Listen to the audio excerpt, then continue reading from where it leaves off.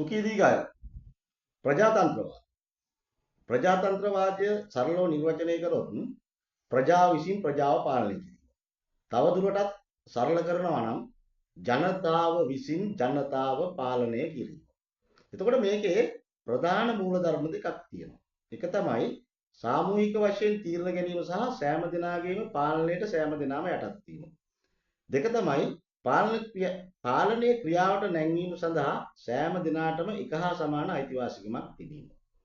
එතකොට අපි මේක කතිකාවතකට ගේන්න හේතුව තමයි අපේ ලංකාවේ නිලමේ නාමය ශ්‍රී ලංකා ප්‍රජාතාන්ත්‍රික සමාජවාදී ජනරාජ්‍යය.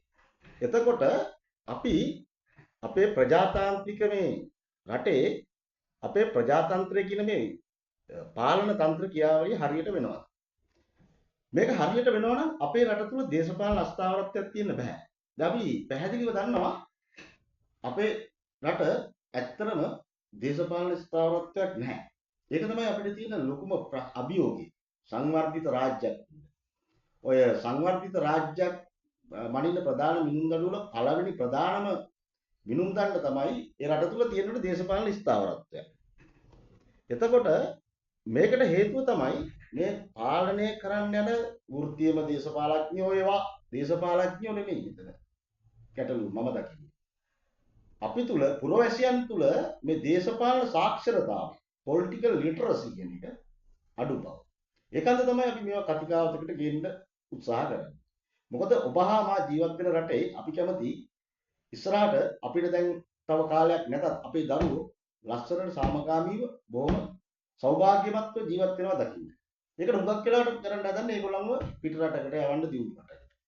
නමුත් අපිට පුංචි උත්සාහයක් you little bit more අපි හැමෝම පුංචි කැපකිරීමක් කරලා බැරි වේද අපේ රටේ වගේ කරන්න යන්නේ.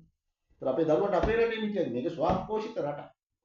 එතකොට අපි දැනගන්න ඕනේ අනිත් කරුණ තමයි අපේ රටේ ප්‍රජාතන්ත්‍රවාදය නියෝජනය කරන එක තමයි ඔය පාර්ලිමේන්තු මැතිවරණයේදී අපි 225 දෙනෙක් යවනවා පාර්ලිමේන්තුවට. ඒ පාර්ලිමේන්තුව කියන්නේ ව්‍යවස්ථාදායක. ඒ කියන්නේ රටේ නීති හදන එක අනපනත් හදන්නේ නීති යාවත් කාලීන කරන්නේ කාලයට අනුව ප්‍රායෝගිකව ඒ කණ්ඩායම. එතකොට මේගොල්ලෝ ලංකාවේ සාමාන්‍ය ජනගහනය 2 කෝටි 20 ලක්ෂයක්. මේ අවසාන මහමැතිවරණේ පාර්ලිමේන්තු මැතිවරණයට ඡන්දදායකයෝ 1,72,000කට ආසන්න සංඛ්‍යාවක් ලියාපදිංචි වුණත් ඡන්දේ ප්‍රකාශ කරලා තියෙන්නේ 1,18,000 1,18,000 ලක්ෂයක් විතර. සෝරි ආයේ මම ෆිගර්ස් ටික කියන්නම් 2024 අවසානයේට පැවැත්විච්ච පාර්ලිමේන්තු මැතිවරණය. ඒ කියන්නේ මහ මැතිවරණයට ලංකාවේ පුරවැසියෝන්ට සුසුකම් ලැබිලා තියෙනවා ඡන්දය ප්‍රකාශ කිරීම සඳහා 1,72 ලක්ෂයට ආසන්න සංඛ්‍යාවක්. නමුත් මේකේ ඡන්දය ප්‍රකාශ කරලා තියෙන්නේ 1,18 ලක්ෂයක විතර ආසන්න සංඛ්‍යාවක්. ඒකෙනුත් රිජෙක්ට් වෙලා ලක්ෂ 6කට ආසන්න සංඛ්‍යාව 1,11,48,600ක් තමයි වළංගු ඡන්ද තිබිලා තියෙන්නේ.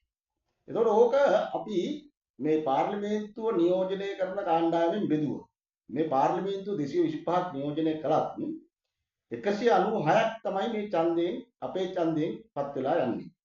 ඉතුරු 29 ජාතික ලයිස්තුවේ.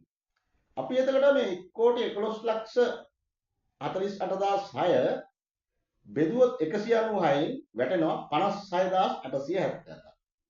එතකොට අපි දැනගන්න ඕනේ අපි ෆලෝ අප් කරන්න ඕනේ අපි සුපර්වයිස් කරන්න ඕනේ අපි ඒක අපේ සිස්ටම් එක අපි හදා ගන්න ඕනේ මේ අපි ඡන්දෙ දීලා යන අපේ ජනතා නියෝජිතයා මේ අපි 57,000ක් හරියට නියෝජනය කරනවා කියලා.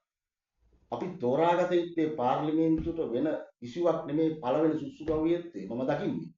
ඔහු 57,000කගේ නියෝජනය හරියාකාරයෙන් විනිවිදභාවයකින් දක්ෂ ලෙස ඉෂ්ට කරනවා නම් අපේ රටට ඉක්මනින්ම දේශපාලන ස්ථාවරත්වයක් උදා වේවියයි මා තරයේ විශ්වාස කරමි. සුඛී දීර්ඝායු